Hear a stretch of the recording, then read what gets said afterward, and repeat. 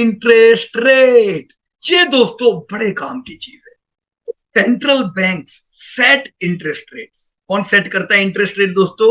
हर एक देश की सेंट्रल बैंक इंटरेस्ट रेट को सेट करती है, which influence borrowing cost for individual, cost for businesses and government. दोस्तों इंटरेस्ट रेट एक बार जो आपकी सेंट्रल बैंक सेट करती है, उसी के मुताबिक फिर दोस्तों आपको भी लोन पे इफेक्ट पड़ती है।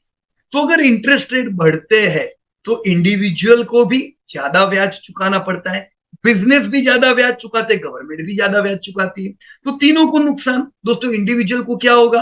अब पहले अगर कोई चीज में इतने कम इंटरेस्ट रेट पे खरीद पाता था, मान लो घर, मान फॉर एग्जाम्पल घर में 6-7% इंटरेस्ट रेट पे खरीदता था, अब इंटरेस्ट रेट बढ़ के मान लो 8-9% हो गया, तो मेरी जेब तो हल्की हो गई ना, मेरा ज्यादा खर्चा हो रहा है उतनी ही चीज खरीदने में, तो ये अच्छी बात नहीं है, ये डिमांड को कम करती है दोस्तों, राइट।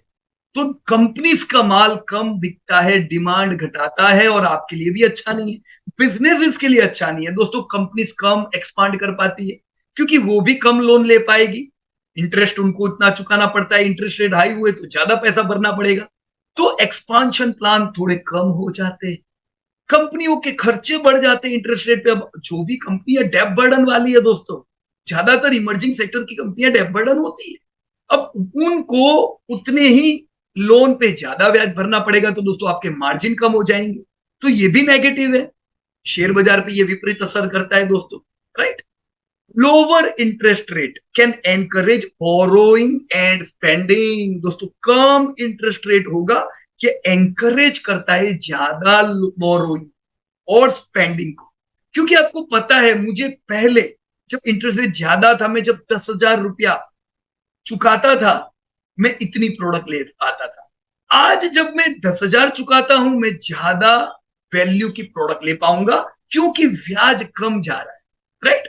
तो ये बोरोइंग को भी एंकरेज करता है, स्पेंडिंग को भी एंकरेज करता है, boosting economic activity and potentially driving stock price higher.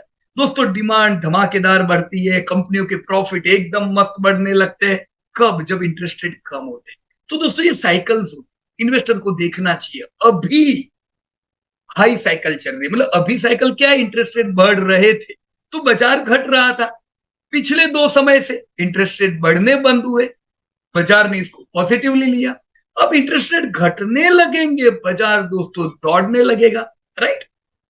तो बाजार इंटरेस्ट रेट को रिफ्लेक्ट करता है। कन्वर्सली हाई इंटरेस्ट रेट में lead to reduce consumer spending, right, यही मैंने बात कही, and slower economic growth impacting stock prices, right. तो इंटरेस्ट रेट कब डिक्लेयर होते हैं दोस्तों? कौन डिक्लेयर करता है दोस्तों? जैसा मैंने यहां पे बताया है दोस्तों कि यूएस में फेडरल रिजर्व, जिसे हम फेड कहते हैं, वो तय करती है कितना इंटरेस्ट रेट हो।